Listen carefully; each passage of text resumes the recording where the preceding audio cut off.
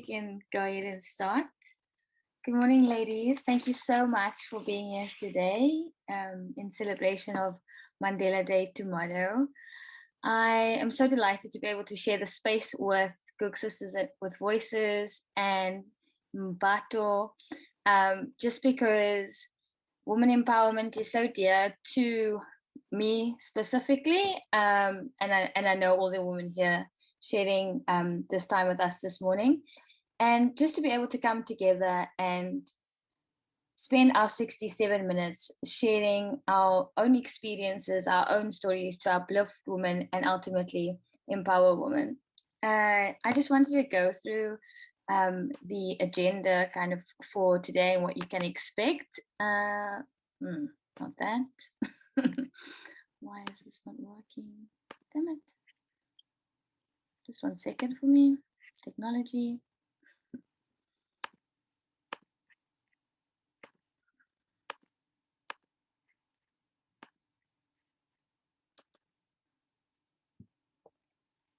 Okay, let me try again. Here we go. Okay, so I'll be doing the opening and my introduction, and then we'll hand over to Tatum, then Mmabatho to introduce themselves, and then we'll be discussing questions like why it's important to surround yourself around women that want to support you, the benefits of having an accountability partner and a mentor, how women hold themselves and each other accountable, how women can hold themselves and each other accountable in their communities. And then we'll hear from the mentees from GSWV, Lisa, Zintle, and Bonga. And we'll also be posing some poll questions to the audience today. And also feel free to ask any questions. And if you have any comments, you can pop them in the chat box. The poll questions would be around how accepting are you to receiving advice, encouragement, support from women within your community? Would you be interested in being part of a mentorship program, either as an accountability partner, mentor, or a mentee? And what can you do to support the women in your community? Followed by the question and answer segment towards the end. I just want to, before I go ahead and introduce Skills Exchange, I just want to let 3 more people in. Cool. Okay, that's done. So for those of you that don't know, I'm Stacey, the director and founder of Skills Exchange, a women empowerment organization. I'm just going to put somebody on mute. Multitasking here.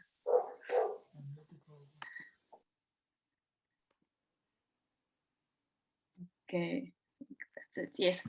So women empowerment organization aimed at aiding women with the tools and resources they need in order to reach their personal growth goals. And those personal growth goals are not limited to finances or career, but we look at, all your goals, all encompassing, whether it be family goals, travel goals, and other sort of like personal development areas in your life. And we do this through networking events and workshops that are hosted mostly online. And we also do have our social media pages where we try to encourage and support women in that way. So thanks again for being here. I would like Tatum to introduce herself and the GSWV team. Okay. Hi, everybody. My name is Tatum, and I run the operations for GSWV. That's Gugs Sisters with Voices. We are an NPO based in Gugulethu, Cape Town, and we run a mentorship program with 21 girls from Gugulethu and Philippi, and they are 16 years old.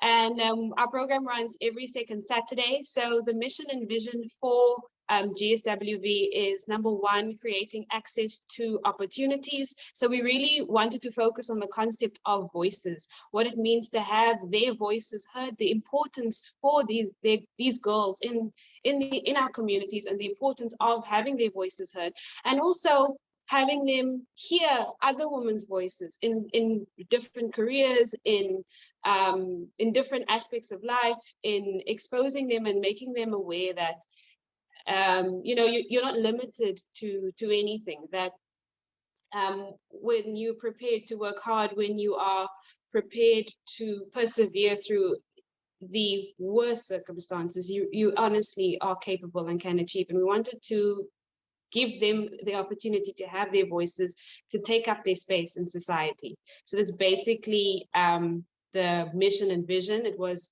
we needed this when we were 16, so we want to give, to pay it forward to our girls. So yeah, and with us we have 3 girls, Zinhle, Bonga, and Lisa. And I'm very, very excited for you to meet them. We are in awe of our girls' strength and just all that they work hard to achieve. So that's us. Thanks, Tatum. Yeah, I'm so excited to hear from the young ladies later, just on how the work that you have done has inspired them, encouraged them, and supported them through their development. I think the work that you guys are doing is absolutely amazing, and it's so nice to share the space with you today. Oh, thank you so much. Mmabatho, it's you. Morning, ladies. My name is Mmabatho Mokiti, but better known as Bato. I'm a mathematician turned impact entrepreneur. I'm also one of the founding members of an organization called Dream Girls Academy. Dream Girls Academy was established in 2011 by myself and 9 other women, and to date, myself and 2 of my best friends run it. And really what we are is, we are a female empowerment organization that really uses mentorship as the basis of everything that we do. But the reason why we do what we do is to be able to educate women, encourage them to educate themselves in order to contribute to the country's economy. We run various programs for young women really and girls between the ages of 16 and all the way to 30. So really, we have a high school mentoring program. We have a young graduates mentoring program. We've run various female entrepreneurship programs, which was an MBA program in partnership with Arizona State University and the US Embassy. And to date, we have impacted more than 500 young women and girls in South Africa. And we have a bursary fund that has educated over 50 young girls and really empowered them in order to go to institutions of higher learning and then come back and give back to the organization. We currently have a new leadership team who are 3 of our alumni that we put through the program and some through university, who have come on to take over from the founders ourselves to then continue the work that we've been doing and to empower the next generation of young leaders.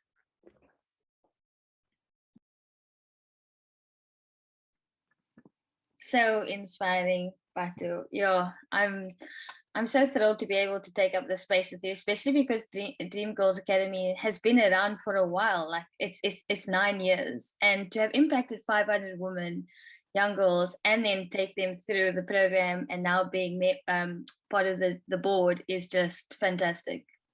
Well, it's 10 years actually. So 10 years. This year we celebrated our 10th year. Wow, amazing, amazing.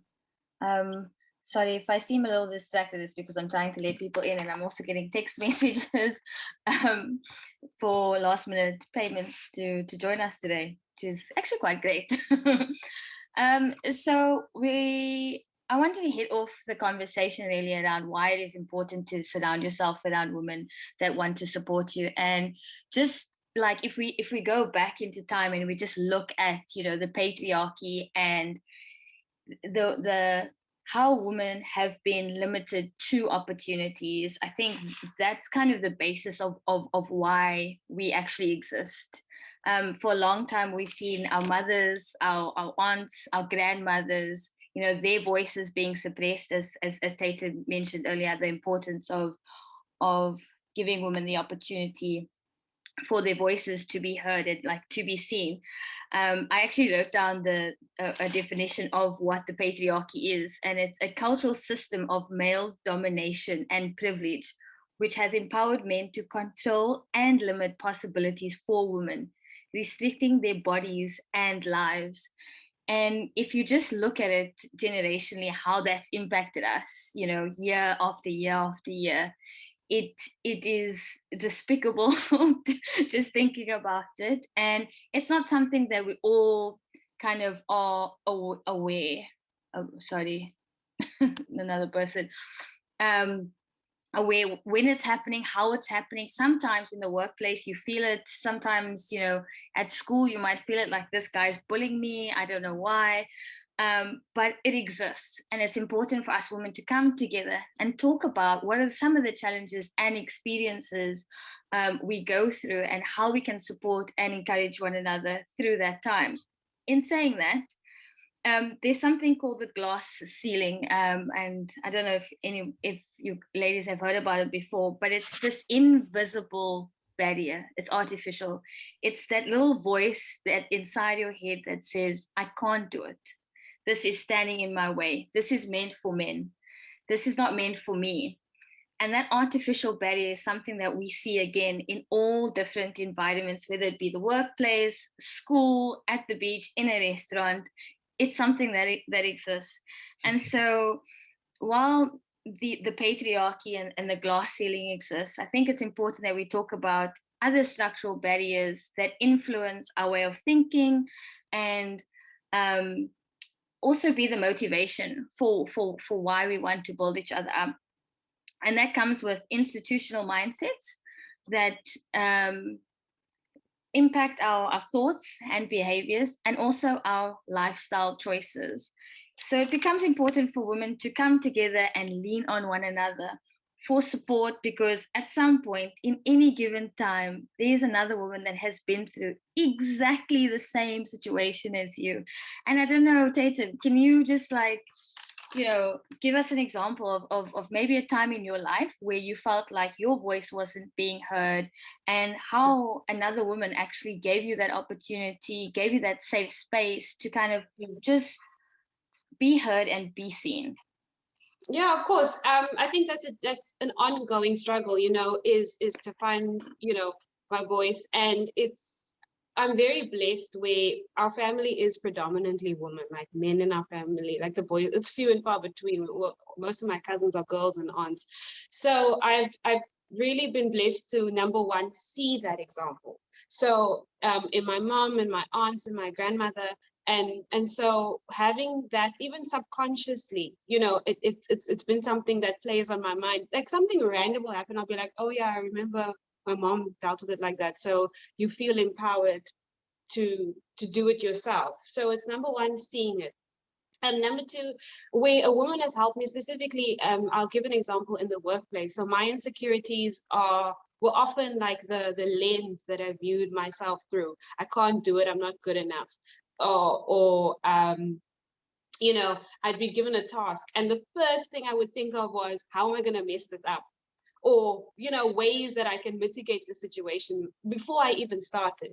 And it was just an employer who was a female, who was a woman, sorry, who said to me, just trust yourself. Just trust yourself and do things every day that help you trust yourself. So when you say, I'm going to get up at 8 o'clock, get up at 8 o'clock. Trust your decisions. And in that way, you start trusting yourself, you start believing that you can do it. And so in believing you can do it, you'll develop a consistency through that.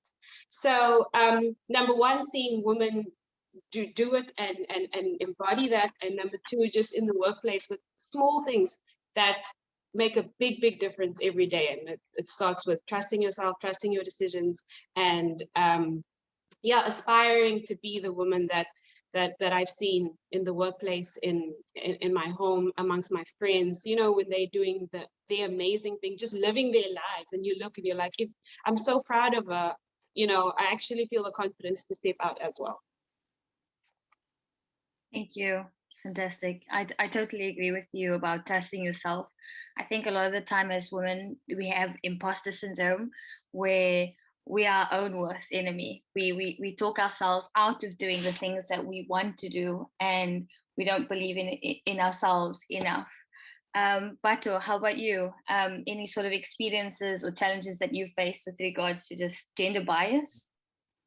Yes, so Stacey, as you know, I did mention earlier that I am a mathematician, and so I really work in a male-dominated environment, the sciences, right? And even when I was in university, I was one of the few women in my class, but I was the only woman of color even. So, often I think what we always forget as women is that, especially women of color, is that we have a double barrier. Not only do we have to stand up to bring to the fact that we are the only woman in the room, but then also we are the only woman of color. So it's almost like a double hit, right? And so for me, it was also just having to go into those spaces. And so many times I remember my first year at varsity, a guy said to me, do you think you're going to last in this? Are you going to make it? And I said, yeah, I'm going to make it. And he said, oh, let's see about that. And I made it, right? But it's those kind of nuances and those kind of comments that we get everywhere, and we get it even at work. And I mean, I've been in business for a very long time. I started one of my first business at 18. And so I just remember even earlier onwards with, you know, after I sold my first business and went into my second business, I remember earlier onwards, when I had a meeting, and when I walked into the meeting, they thought that I was the PA, and I was like, I'm the CEO, I'm here for the meeting, I'm not the PA. So it's all those little things where they think because you're a woman and you look a certain way, you're supposed to be in a certain place, or they box you and they say, oh, but you can't be a scientist because you look a certain way, etc. But I must say, I've also been fortunate to have some phenomenal women walk the path and journey with me throughout my life, and which is why I'm so invested in female mentorship. You know, I've had great female mentors. My mentor, who's really been my mentor for 10 years, has really been the lady holding my hand. She became my mentor very early on within my business career, in my late teens, when I started my first business. And I remember her just teaching me everything that came with running a business and opening doors up for me. But I also recall a very pivotal moment in my career when I took a break after I sold my first business, and I went overseas to go study. And upon my return, I got a call, and a lady said to me from one of the big corporates, and said to me, I want you to come in and come help me work on a strategy, because we're starting from scratch. And I thought, me? Why me? You know, but she really brought me on, and she took me everywhere, into every single meeting with all the big corporates and governments and whatever you can imagine, and just opened doors for me and said, no, you're coming with me. People need to know who you are. And I think she made me realize actually the potential that I had, right? That I had a skill, and I had a knowledge, and I had a passion that needed to be used and needed to be heard. And if I didn't have her holding my hand through that process, I don't think I'd be the business person I am today. I don't think I'd be the woman I am today, you know? And it's all in those examples that I saw through the women who have invested in me that I really hold mentorship close to me, because I know I am who I am because of a woman. That's so powerful, hey? I know who I am because of a woman. And I think more women need to be saying that. I love that, Mmabatho. Thank you.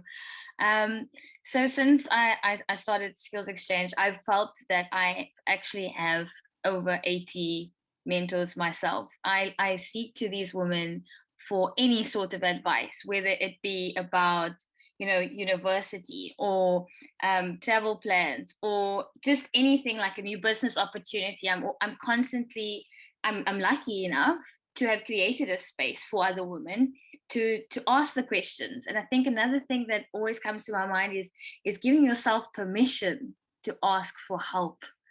That's like a running thread. Whenever I just think about empower women, give yourself permission to ask for help. And Stacey, maybe if I jump into that, is that as women, I think we put so much pressure on ourselves. You know, we expected to have it all, know it all, you know, balance it all. And I think it's also a large portion of it I also blame on social media. And I say this because we've got some young people listening in, right, on this webinar. And I really want them to be aware that don't always believe what you see on social media or the image that it portrays, that I have it all and I can balance it all and this is me, because that's not it. Nobody expects you to have it all. Nobody expects you to have it all together. You know, it's the pressure that we put on ourselves that actually is to our detriment more than anything. And so we should realize that we're allowed to ask questions. We're allowed to fail and then pick ourselves up and try again. Nothing, it takes away nothing from you to do that, right? And earlier when I was reading the comments, somebody, Colleen, I think said that, you know, and I agree with you, Colleen. So many times we also feel like because we are in a male-dominated environment that we need to be like men. No, we are women, and being a woman means that we all have a special, unique skill set in who we are, in just our being, in the way we were designed, is that we are special. So we don't have to act like a man, dress like a man, be boisterous in any way, because we're allowed to be strong and feminine, strong and soft, strong and emotional. Don't be afraid to bring your true self into any situation. Show emotion, because really EQ shows that you are aligned to who you are. You don't have to come across as being something that you're not, or that, oh my word, this doesn't matter, I'm all about work. Work hard, play hard. No, it doesn't bring any value to society by you doing that. You need to show your true self if you really want to excel at what you do. Yeah, and sorry, Matt, if I could just jump in, like a lot of people underestimate the power and the beauty of, number one, vulnerability, and number two, our feminine energy, to tap into that. Because what we fail to recognize is that it's either like vulnerability or who I am is either it's not enough, like you said, or if they see me, they won't like me, or if they see me, you know, we don't take enough time to appreciate what our vulnerability and what it allows for. It allows for a safe space, you know, it allows for you sacrifice, it's a risk, it's exposure, yes, but there's a lot of beauty in that. There's innovation that comes from that. There's when you're able to bring yourself out of, you know, tap into who you are, when you can, like Brene Brown said, when you can give self-doubt and insecurity and negativity and that voice, or your self, the voice of self-sabotage, when you can give it a seat in your arena and honestly just show up and let it watch you work, stumble, fall again, but you will show up constantly. You will show up. And I think that is an important and, you know, a very powerful gift that we have as women. And you know, when we started this mentorship and when our founder Linda asked if we would join this mentorship, there was, you know, a lot of doubt, like, what can I do? Can I impact? How can I do this? And sometimes we hesitate to start these programs because I don't have it together, or I'm shy, so how can I help somebody else? But it is in that strength of just stepping up and just showing up, and you wouldn't believe the impact you have on somebody else and the impact that they have on you. Our girls have done amazing things for us just as hard as we work for them. I agree, Tatum. And just, I think also it's the generation that we live in. We live in the microwave generation, right? I call it that oh, you press 30 seconds and you have your product, you know? And so many people don't realize how much hard work gets into nobody woke up like this. And I need to really say this, and I said time and time again, nobody woke up like this. Everybody worked hard, failed, worked hard at it again, got up, did it again and again and again and again. And that's the only way you can really perfect your skill or perfect who you are. I think so many times as women, we're also afraid to start something because, you know, you don't have enough experience, or you don't know enough people, or you don't have the money or whatever, the resources, you know, but that time will never come if you don't ever start. And the one thing I do admire in men, that men can come into a room and really say anything and everything and sell you anything, and you can buy into it and you think, okay, really? But women, we don't have the confidence to do that. And it's about time we started doing that as well. We walk into a room and we say, hey, actually, we can do this. And I think for me, just having walked the journey of Dream Girls over the past 10 years, is that when we first started the organization, the one thing that I was so adamant about is that I wanted us to run the NPO like a business, number one. But number two, that everything of ours had to be so synced that people would remember us for the quality of the work that we do, right? And so I then sort of took on the role of being the fundraiser and raising money, etc., over the years. And it just gave me so much courage to ask somebody for something. And my motto has been, if they say no, so what? I'm not going to die. I'll still be alive, you know? And if they say yes, fantastic. And I think so many times we're so afraid of just asking for something. Whilst a man can just walk in and sell something or ask somebody for something or pretend like they know how to do it, right? And then they'll figure it out later, you know? But women don't do that. I think also walking through the entrepreneurship journey for such a long time, there's been moments where somebody's giving me an opportunity, a business opportunity to do something, and I go home and I'm like, oh Lord, please help me. How am I going to even do this? Or where am I even going to start? But I'm like, you know what? I'll learn. I'll make it work. I'll learn. Clearly, this person believes I can do it, so I'll make it work. And it's about time we go out into the world with that type of courage, you know, and start believing in ourselves. Because remember, it starts with you. I can't believe in you, Stacey, if you don't believe in yourself. So it really starts with doing you first, you know. And we live in a society that says, others, others, others, others, others. Yes, it's wonderful. You need to serve others because that's what we brought onto this earth to do, is to serve others. But you can't serve others at your best if you don't invest into yourself. And so I would really say everyone here, do you know, invest in yourself first. Work on your courage, work on your self-confidence, work on all of that, because then you're able to pour into someone else's cup. Yeah. Yes, no, I was just saying, like, you can't pour from an empty cup, and it's you know, we were dealing with when looking at the topics, like the benefits of having a mentor and accountability partner. I'm sure we will touch into that, but the one thing that I was looking at, that it really does start with you, and what you need to understand is it's what you're feeding yourself, yes, physically, but also mentally, and the people that you surround yourself with. And remember, like, sometimes we feel like we are, I think there's a saying, like, you're the average of the 5 people that you surround yourself with. So who is in your circle? Who are you? What are you feeding yourself with? What are you taking in? What are you pouring into yourself? What is that investment where it starts with us first? I think that's the mistake that we often make as women, where if everybody around me is happy, I will be happy. And then the end of the day comes and you are completely exhausted and depleted, and no amount of sleep can give you the rest that you need, because you haven't taken the time to simply just recharge, reset, and understand the importance of that. I think in working with the girls with GSWV, the number one thing that we've tried to help them with, specifically in our theme of personal development, is that it starts with you, building me, my brand, me incorporated. Why is it important? You need to know your values. You need to know your goals. You need to know what you're aligned with. You need to know, like, you need to know you. It does not begin once you leave school and then you're going to build this confidence and then it's just going to come to you. It's going to come from an external source. It's going to come when you have a job. It's going to come when you have the money. It's going to come when you have a man. No, it's going to come when you make the decision. And maybe if I may ask you, Tatum, then what really drove you guys to start GSW? And what is it that made you so passionate about mentorship? Yeah, so I have to give credit to our founder, director, and my friend, Linda Mtwana. She started GSWV. She grew up in Gugs.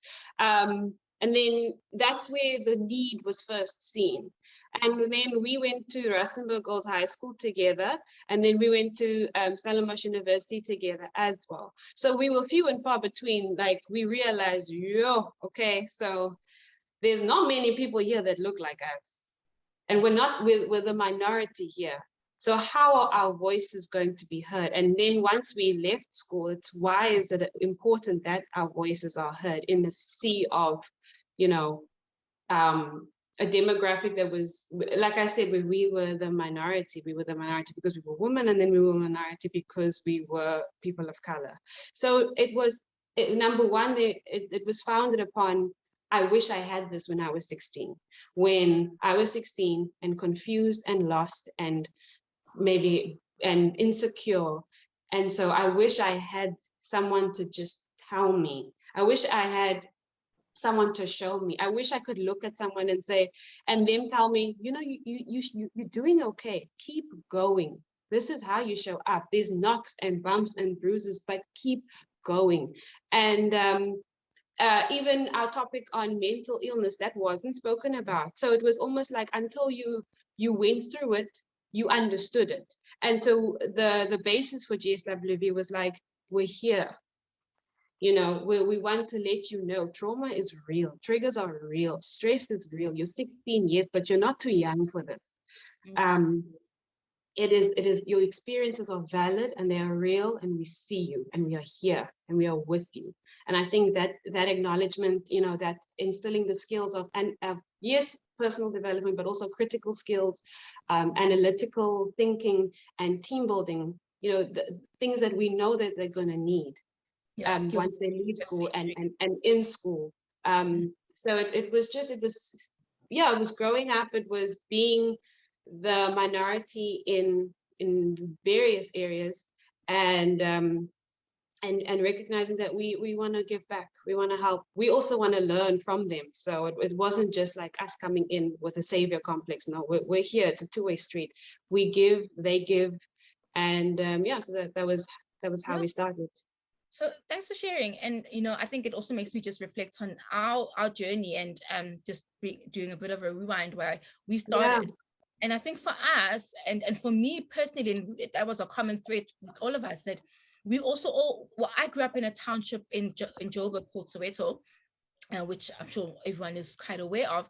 And I had great opportunities. I went to great private schools. I went to university. I got study overseas, etc., etc. But I also realized that a lot of the girls that I grew up with in my township didn't get those opportunities. And when we got together one November afternoon, the day we actually started Dream Girls, I remember there was a common thread that ran through all of us, that everyone had the same thing to say, that we've seen it. Maurice would say, I've seen it in El Dorado Park, because she's from the NS who grew up in Cape Town. She said, I've seen it in Kouser, etc. And so for me, what I quickly realized that mentorship was the key, because what happened is that our white counterparts were having these dinner table conversations, that I call them, whilst our people of color were not having those conversations. So in most of the white counterpart families, unfortunately in my family as well, it was that questions were asked every year. So what are your goals for this year? What do you plan on doing with your life? Where are you going? And those are the kind of questions that they constantly had at the dinner table. And so then they knew that they had to set goals. They were accountable to those goals. Somebody was holding them accountable, etc. They need to put a plan in action, right? Or in place. But these are not the conversations that we were having as people of color, right? Because of our history. Right. Yeah. I think people kind of have so much to worry about. And so that was, and remember, if your parents are not educated, they can't have that conversation with you, right? We can't expect them to have that conversation with you. And so we thought, this is where we'll step in, and this is where we'll then sort of build the bridge, right? And so there we were, an enthusiastic couple of 20-something-year-olds, early 20s, and we took in our salaries and we contributed to Kitty every single month.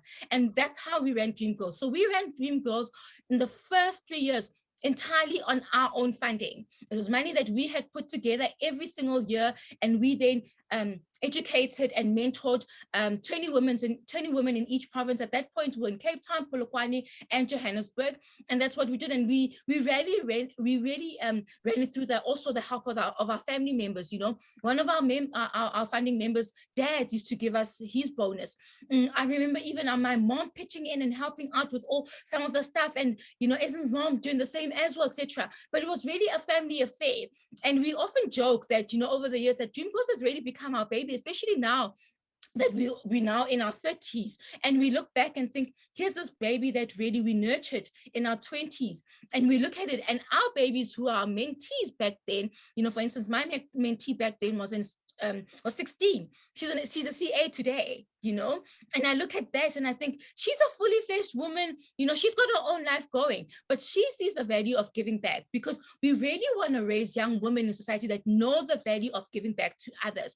And I think that's such an important conversation to have, not only this weekend, with tomorrow being Mandela Day, because he believed in the phenomenon of leading by serving. And so it's the number one thing that we impart with our girls, that you have to lead by serving. So many times it's so easy for you to be in your little shell and look at other people like, oh, I wish I was like Stacey. Stacey's got it all, etc. But then when you meet other girls or other kids who have far less than you realize that you are in a better position. And so how can you then help somebody else? And so a huge part of our mentorship year, because our girls go through a program for a year, is a community service program that we do, where we give them a loan to start a business for a year, right? And then they learn the skills of starting a business, but two, they also have to give back to a cause that they believe in for 30 days, because we want to show them that you can't live in the world that you live in without giving to someone else. Even if you have little, give what you can. Stacey, I've taken over from you. Please go ahead. No, it was just so good listening to you and Tatum for the past couple of minutes. You guys are so inspiring, honestly. Just the thought behind everything that you do for the girls in both Dream Girls Academy and GSWV it's just fantastic. I just want to acknowledge something in the chat box. Again, Colleen, she says, wake up, clean up, grow up, and show up. It is our responsibility today as we guys. Is the next question I actually want to ask, or the first question that I actually want to pose to our audience today is, how accepting are you to receiving advice, encouragement, and support from women in your community? And so I'm going to launch the poll, and you can just choose one of the answers, very, somewhat, or not at all, and all the responses will be anonymous. And then I'll just give everybody like 30 seconds or so to answer, and then I'll share the results with the rest of us.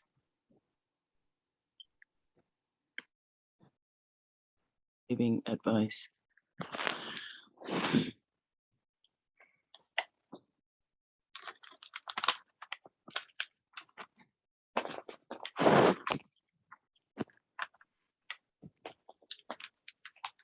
Okay, and so now you can see from the results that 94% of our audience is accepting of advice, encouragement, and support from women within the community, which is fantastic. And I think that just goes in saying, because you are here today, this is why you're here, because you are empowered and you want to empower other women, either way, or you're seeking empowerment. Yeah, that's fantastic. I just want to go back to something that Tatum and Mmabatho just touched on. I'm just going to stop sharing. Is sort of the benefits of having a mentor. I currently have, like I said before, maybe close to 80 mentors in the informal sense, and I currently have one in the formal sense as well. And she's been a major contribution to my growth for the last 3 to 6 months, because that's how long we've been in contact. And I actually met her in Skills Exchange. She's not here today, but she was a corporate communications officer for Old Mutual, and our relationship goes deeper than just my career goals and aspirations, but more of my personal development. And it's a safe space that we've both created for one another. It isn't one-sided, it's two-sided. There are so many things that she deals with on a day-to-day, in a day-to-day life, that she shares with me and that I learned through her. She has 2 kids. She's a housewife at the moment, and we have conversations that feels enriching, because it gives me a different perspective of other women that I could come into contact with, or the women that I potentially will be as a mother at some point. And so I find it very heartwarming that I can build this relationship with somebody that is like-minded. And I don't know, Mmabatho, you spoke briefly about your mentor that you've had for 10 years. I mean, that's fantastic. Yeah.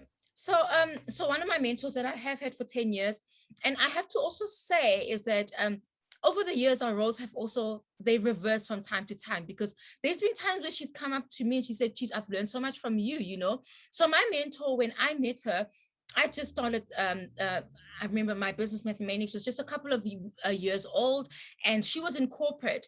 And so a lot of the things, because the unique story about me is that I started a business at 18 in varsity. And so I've never had, I've never worked in corporate. I've been in business my entire working career, right? And started various businesses. But everything that I learned, that I know today, and that's enabled me to work with corporates and have all of my clients, really 90% of my clients are big corporates around the world, is through learning from her, because she taught me what she knew in corporate, because I didn't know. I was a pure mathematician, had some skills in some ways, but I didn't have any marketing skills. I didn't have anything of that manner. But she really sat me down and she taught me everything that I know when it comes to corporate and working with corporate, because she had the corporate experience, right? But fast forward a couple of years later, what happened is that she then left corporate and went into business. And so I was then the one who had more of the business experience, and I started in a way, and so I started opening doors for her in the entrepreneurship space, and then also advising her when it came to entrepreneurship. And so that's what I found the beauty of our mentorship relationship over the years, is how we've been able to learn from each other, right? But I also want to say to everyone out there that your mentor is not set in stone. You will gravitate from each other from time to time. And then, as I've noticed, or as I said, I've also have another mentor too, actually, who both sits in the US in total different spaces, one in the development space, which is the space I work in, and then one who works for Goldman Sachs in New York. But it's really Be intentional when you have a mentor. Know why you have that mentor. They should be essentially filling in a gap that you have. Yes, don't come up to Bart and say, oh, I like the way Barty looks, and I really did like her jersey this morning, and I really thought she said, there's something about her I like, but I think she should be my mentor, because that's not going to help you anyway. And every time someone says to me, oh, can you be my mentor? I always ask them, why? Which gap do you see me filling? Because I would want to know that I have served them well. So when you think about getting a mentor, look at what you need, because your mentor is like that person that you don't have within yourself or that within your organization. So be very intentional when you pick a mentor. Don't just pick a mentor because they are famous, they've got contacts, etc. Because sometimes they may not serve you the way you want them to serve you. But pick them because they know something that you don't know, and they have a skill that you really need.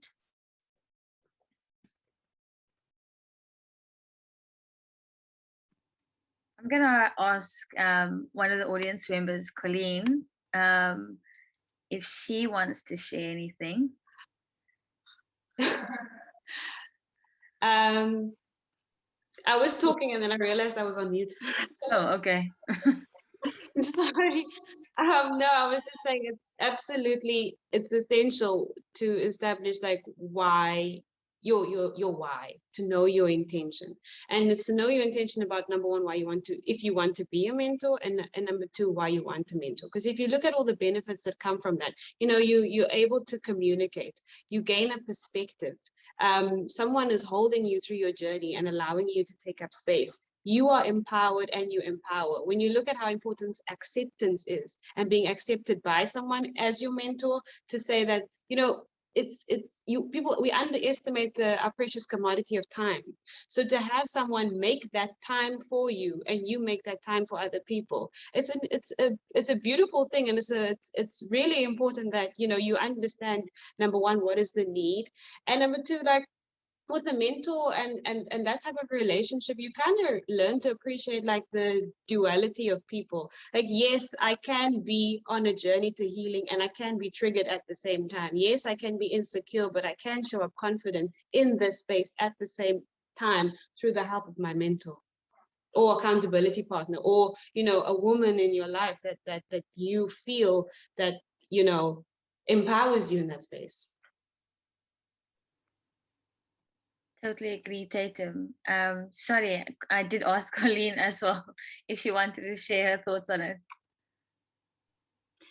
Thanks, Stacey. I actually, I'm just so excited by this topic and by the conversation, the rich conversation today. And I just want to say that my work is with women in corporates to amplify their voices. So it really excites me that we have people who are getting them young, so that you're going to put me out of work, because that ideally would be success. So all I want to say is, guys, be that woman that you are looking for somebody else, because what we do so comes right back to us.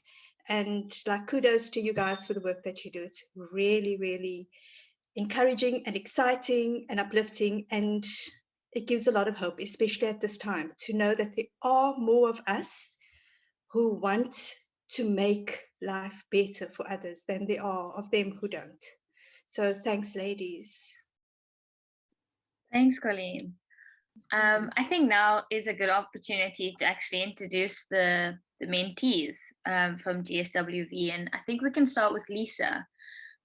Lisa, please go ahead and introduce yourself. Tell us how old you are and what your favorite GSWV program was or is.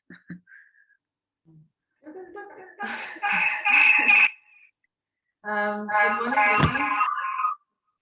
My name is Lisa Kanya, but the sisters call me Lisa. I am 15 years old and I go to Idinkizi High School. I am currently doing grade 10. So the program was introduced to me last year, I think, yeah. And Linda actually visited us at school and she told us about the program, what it's all about. And immediately I knew that this was going to help me and I have to join it. And my mom also told me that it's going to be good for you, like having a mentor and stuff. Yeah. So my favorite program was when we got a visit from a psychologist, right? She taught us about mental health issues, and I got a better understanding of the people that in our community, they say they're possessed or bewitched. Yeah. And I got a better understanding of how they feel and what is actually happening with them. And I'm very grateful that I was given the opportunity to learn about mental health issues. Fantastic. And so how has the program helped you to grow? We can't hear you. I'm not sure why. Can you hear me now?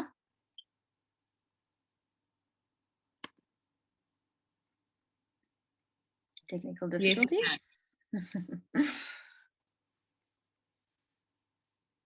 Yeah, can you hear me? Cool. Yeah. Lisa, tell us how has GSWV helped you grow?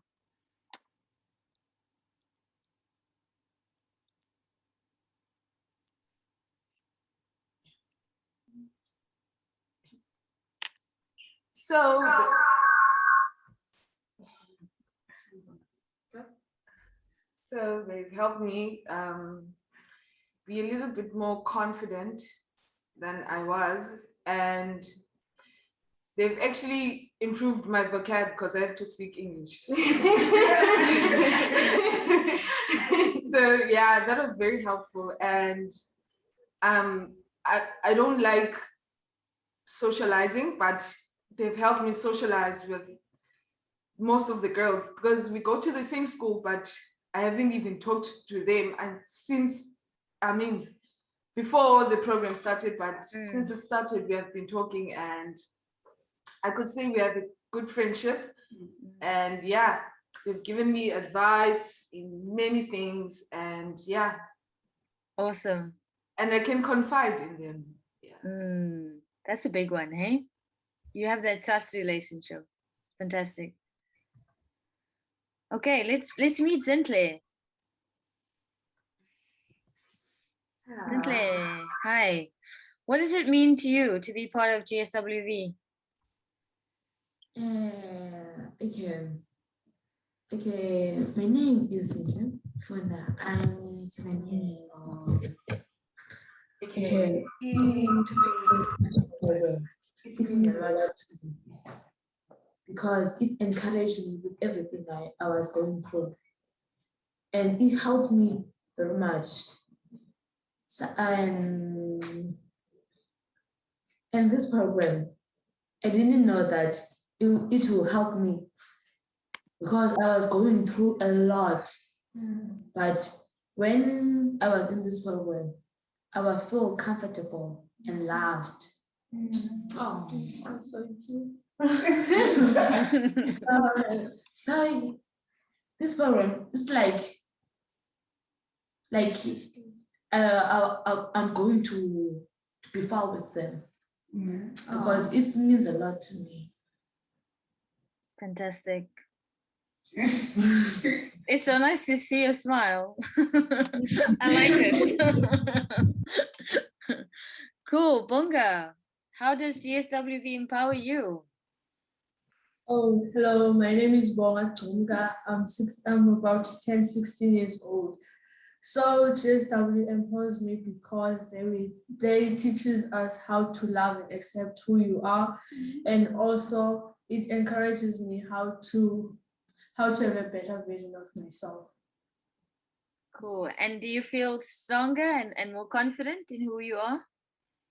Yes, I do, because they taught me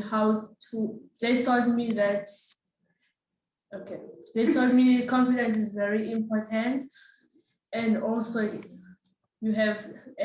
you must not be afraid to meet new people and communicate with them, and also how to be a strong girl in a young age. Fantastic. Happy Mandela Day for tomorrow, ladies. You are our future leaders, and we're looking forward to see you grow strength to strength with GSWV. I'm getting teary-eyed, guys. It's amazing what you guys are doing, honestly. Roseanne says a very confident 15-year-old. I like the comment about her insights into mental health in her community. So important in these days to have an understanding of mental health. Thalia says it's so important, and I agree with you, Roseanne.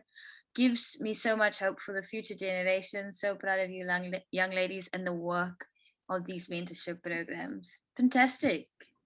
Right. I think it's important also just to acknowledge that you can have a mentor at any age. You're never too young or too old to learn. I think that's also why Skills Exchange exists, is because, you know, our target audience is a little older, between the age of 25 to and above. I don't want to put any limit to any age ever, but in terms of the women that come into Skills Exchange, it's actually from the age of 18. But most of the women that do come in are between the age of 25 to 44. And I've been lucky enough to also have 2 women that have encouraged me and supported me through this dream, and worked very closely with me in the last couple of months. And within Skills Exchange, we are looking at starting our own mentorship program for young women, or not young women, just women in general. And the next question that I'd like to ask is if the audience would be interested in being part of a mentorship program as either an accountability partner, a mentor, or a mentee. I'm going to launch that poll now. Also, you're only supposed to be spending 67 minutes with us today, but it looks like we will go over. But please try and stay if you can. So I don't know, can you see the question? Yeah, I can. Awesome. Give you 30 seconds to answer this poll.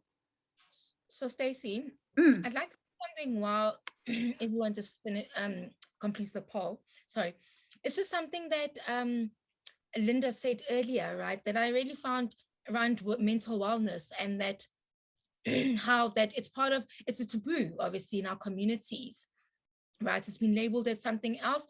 And she said something quite important, and she said that now there's a way to understand those people. But I want to really just sort of highlight to everyone that everyone in their lifetime will go through a period of being mentally unwell, right? And so we shouldn't really put a label to it and think that when you're mentally unwell, you should look a certain way, or maybe we expect you to be losing it and walking around the streets and roaming the streets. But one thing about mental wellness that I know that GSW is trying to portray or take home with them is that it can affect everyone. And every single day, part of being mentally well is being able to say, am I okay? Oh, it's not okay to be okay. And why am I not okay? Who can I talk to when I'm not okay? So I think we should all get out of the thing that other people can be mentally unwell and others are mentally well, because we all have moments of being mentally unwell. When you are anxious, when you are not feeling like yourself, when you just aren't motivated to do things that you're supposed to be doing, that's a moment of being mentally unwell. And so I want everyone to know that it's okay not to be okay. And when you're not feeling okay, tell someone. Absolutely, yes. And I think there's also a misconception that once you reach a certain age, you're just going to be okay all the time. But it's like mental health is like physical health. It's like you can get the flu at 5 and you can get the flu at 45. So there's no age limit to, okay, fine, I'll just go through this period. And then once I'm done, then it will be okay. And then I'll be fine. Once I have kids, I'll be fine. And you learn, you're constantly changing, you're constantly evolving. Just as you take on a new role professionally, you do take on new roles and personality traits personally, and that's fine too. We are constantly learning, we are constantly unlearning, we're constantly in a stage of becoming. It's going through, it's growing through. So it's very important that we are very gentle with ourselves and that we don't rush the process. I think that's been the biggest lesson that I've learned in the last 2 years is just gentle with yourself. And that's not to say, be lazy or accept, you know, when you know you can do better, you choose not to. That's not what I'm saying. My point is that it, like Bato said, it's okay not to be okay. It's okay to say, look, today all I could do was just breathe. I made it through today. Thank you, Lord. And I think that's an important thing to recognize, that you were able to do it, and celebrate the big wins, celebrate the small wins, celebrate when you were able to, like our girl did a phenomenal job, and Lisa just said, I didn't think I could do it, but she did, and we're very, very proud of them. My point is just celebrate the big wins, celebrate, it doesn't matter how small, just keep being your biggest cheerleader. Yes, Tatum, be your biggest cheerleader. I really like the fact that you compared physical health to mental health, and I actually just wrote something down. You know, like how we take vitamins to prevent the flu, we should be making self-love and self-love practices a daily practice, and to help with the mental health. And we should prioritize it as much as how we would prioritize vitamins, vaccines, etc., etc. Fantastic, yeah. So the next part of the segment is really how can we hold each other accountable for uplifting and empowering one another. I know often my closest friends ask me quite difficult questions about my life, which help me reflect on what is the intention of my decisions that I'm making in my life. Instead of walking through life blindly, is this something really that I want to achieve? Is this reasonable for me to want this? How true is this decision or this goal to who I am? Do I want it because this is what everybody else, Bato spoke briefly about social media and the filters, put it that way. You know, people are putting things out there for status, for likes, you know, and I often encourage myself to sit, meditate, and think about why I'm making certain decisions. And that's how I hold myself accountable. I mean, Bato, how do you hold yourself accountable? I think for me, the first way that I do it is, so I journal a lot, and every year, and this is something I've been doing for many years, every year I write down 10 goals that I want to achieve that year. And I reflect on those goals. And like now, when it's mid-year, I've reflected on my goals and really started just assessing where am I when it comes to those goals. But the one thing as well is when you've written something, you've put it out into the universe. It's there. You may not have told someone, but it's there because you've written it down, right? And you know that you've written it down. And I'd say when you write it down, actually write it on a piece of paper and stick it on your wall or somewhere where you can see every day, because it constantly reminds you where you're going. You know, that's really one thing that I do to hold myself accountable. But I also have been blessed with the most amazing friends, you know, amazing best friends ever. And I, you know, Tatum touched on this earlier, and for me, I always go back to the Bible scripture, what's this, iron sharpens iron, because my friends are my iron and they sharpen me every single day, you know, and they remind me of all the things that I dreamed about. They remind me of all the things that I said I'd do.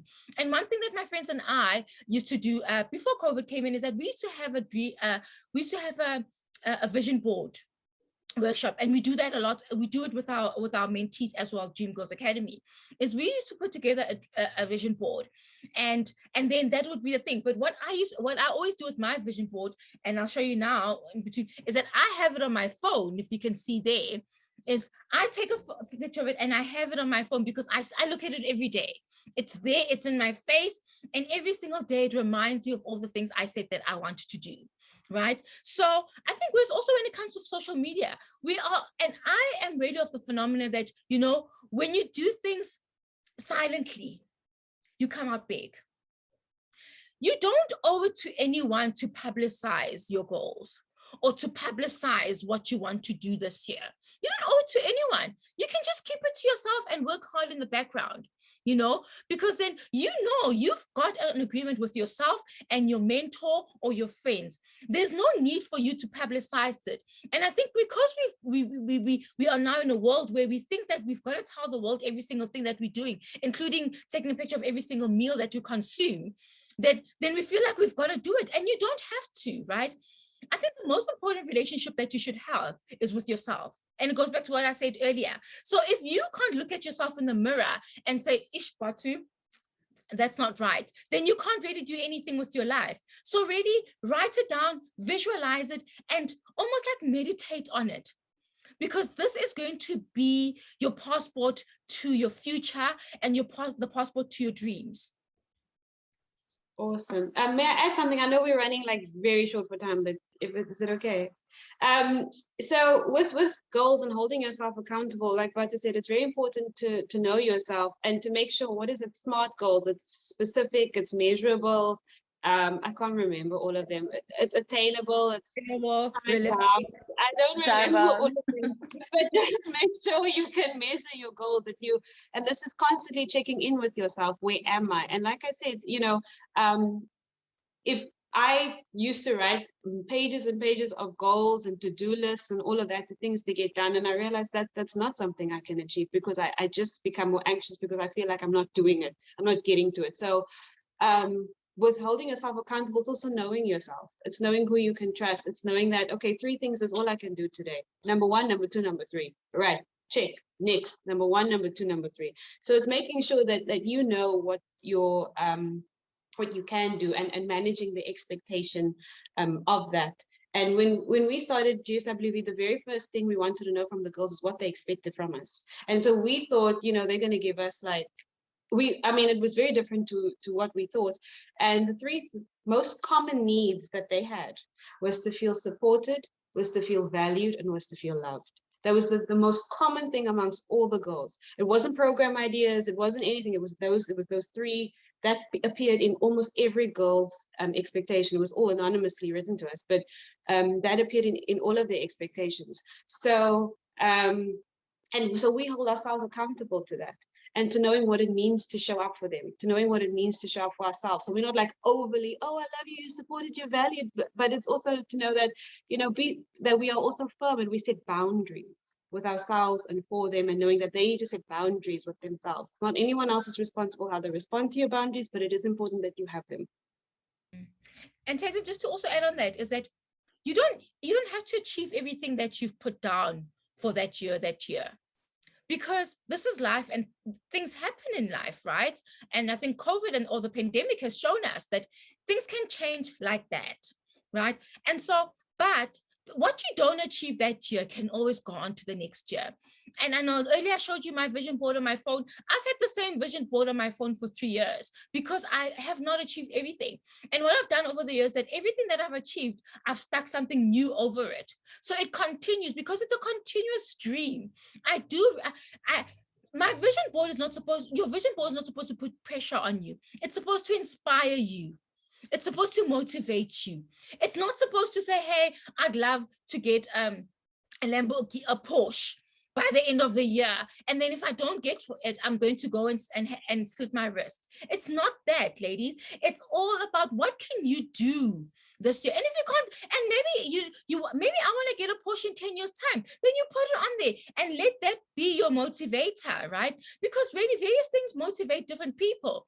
But it's also knowing that if you don't get it today, you can always get it tomorrow. There's still tomorrow, you know. Stop putting pressure on yourself for things that really don't even matter. Because at the end of the day, you're running a race against yourself. And the more you remember that, the best your life is going to be. And I think that's also what's contributed to me being the person I am today. I've always said I run my own race. I don't care who's doing what, where, how, with who. It doesn't matter. I don't care. I run my own race. I do things at my own pace. And it's really paid off for me, you know. I had to watch my friends earlier on in my career go and succeed and buy new cars, etc., whilst I was building a business, you know. And I drove the same car that I got when I was 18 for 10 years, and I saw it very progress. But I knew what my vision was. I knew what I wanted to get at the end of the day, and I stuck to that. And so that's been the greatest lesson for me in my entire life, is just to focus on myself. I have this peripheral view, you know, and I've heard it. I'm like a horse. I just focus on what I've got to do. I don't care who's doing what's around me. Good for them if it's working, but it's got nothing to do with me. And it's your responsibility to write your own story. I say this all the time. I've written my own story. Write your own story and be comfortable with that story, because this is your life.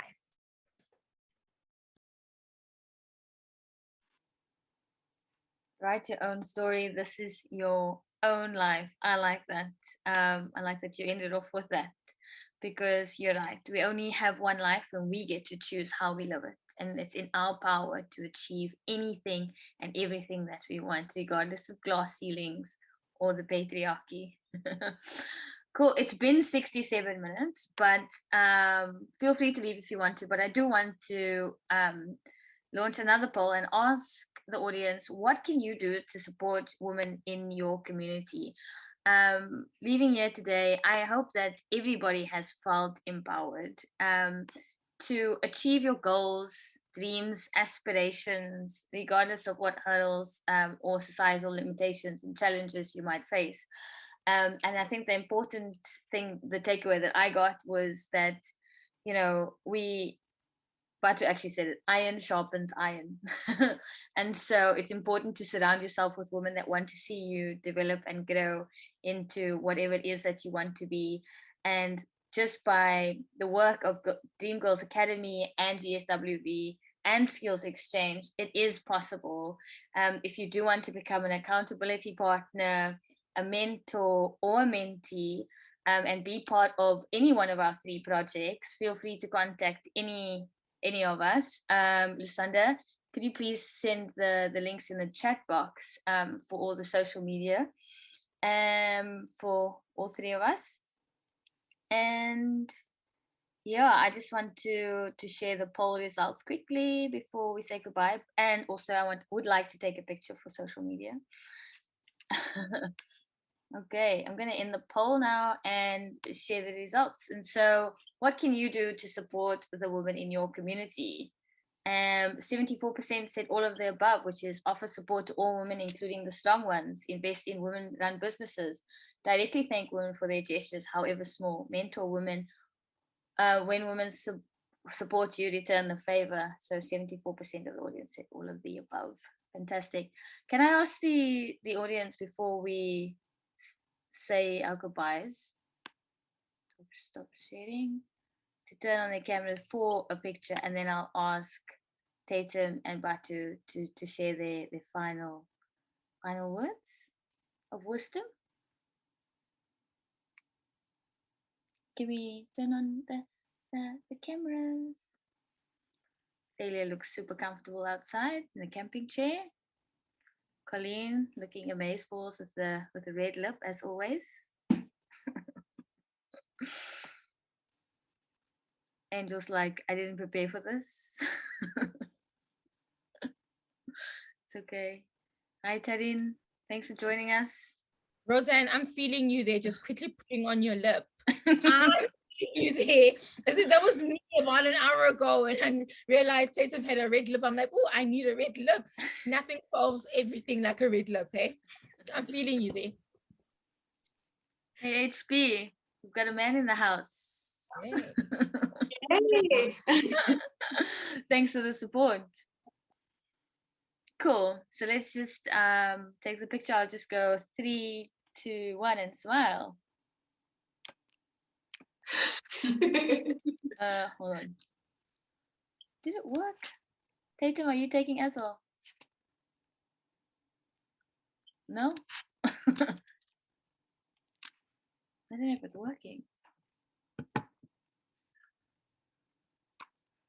Let me take with my phone just in case it's not working on my laptop. 3, 2, 1. Smile. Everybody looks so pretty. Cool. Okay, so Tatum, Batu, final words of wisdom. Oh goodness. I just want to say thank you very, very much to everybody, especially our girls. They've been awesome, and we've missed them because we haven't been able to have our programs with them on a Saturday. But to say thank you so much for your support, thank you for your time, thank you so much for sharing, Stacey. Thank you for initially reaching out to us, and the latest skills exchange, Bato, to get to know you, to interact with you has been incredible. So my parting words is just gentle, gentle, gentle, and keep going. They said that the next pandemic after this I read an article and it was about mental health. So please make sure that you take care of yourselves. And yeah, thank you very, very much. We're so, so honored to have been here today as GSWV, and we look forward to more events in the future. Thank you. Thanks, Tatum. I think for me, it's just also to share the power of it takes a team to make a dream work. Collaboration is key. No one is in competition with anyone. And I think just by the example of today, having three female networks or three female organizations collaborate and be able to share their insights and their knowledge and experience with everyone goes to show that you're not in competition with anyone. Instead we collaborate because we can learn from each other. There's so much we can go further by collaborating as opposed to going a step when you are on your own. And so that's what I want to say to everyone, that never look at anyone as your competition, but rather look them as your partner, your collaborator. And so as you go out into the life that you are destined to really live in, really remember that, and surround yourself with a tribe. Surround yourself with a tribe of strong women who can lift you up when you are down, who you can lift up when they're down, who you can really praise and celebrate when they do well, and they can praise you and celebrate you when you do well, right? Because it's all part of our human psyche that we need to feel loved. We need to feel we need to belong to some sort of circle. And so open that circle to other women, create tables for other women. And if there's not a seat at the table, make another seat, pull out a chair and make a seat for that other woman, because it's your responsibility, right?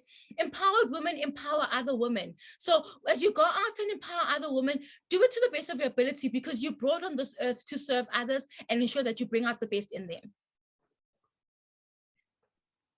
I have goosebumps. Really, I have goosebumps.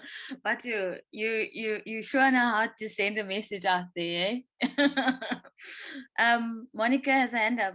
Does Monica want to share?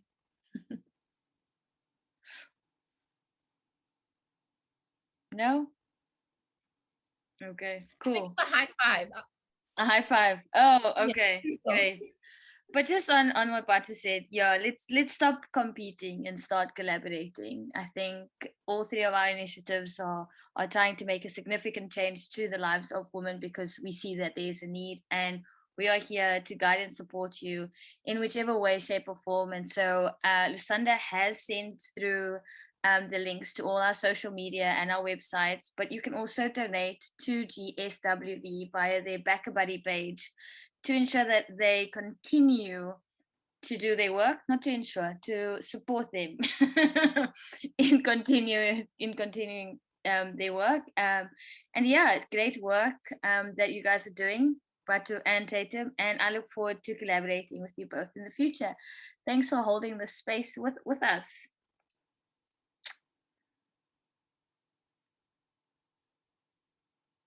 Cheers.